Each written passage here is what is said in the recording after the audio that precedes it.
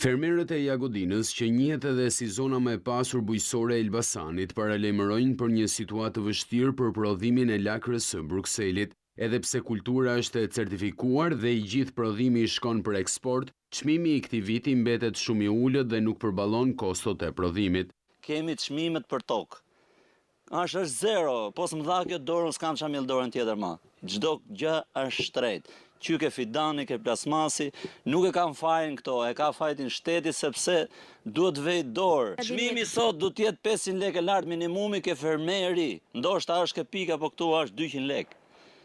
Fermeri është i fundit, i kanë në ropë na 3-4 çanta, unë nuk di njët ma një çantë me lekë. Fermeri tregon se situata është dramatike edhe për shkak të marrëveshjeve me grumbulluesit dhe kostove të transportit. Në të njëjtën situatë ndodhet një numër i lartë fermerësh. Unë kam 19 dëlym lagër, me certifikata, jo fjalë rreme.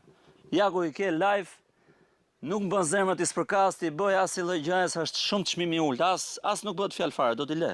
Trektoni, vinë grumbulluesit e marrin, e di që kemi marrëveshje edhe me jashtë. Vinë grumbulluesit, i dërgojnë për pika, janë 2-3 pika që punojnë këtu, edhe ne na del shumë çmimi i ulët, me shku deri atje është shumë lart, po këtu kene 200 lekë merret, sot për sot.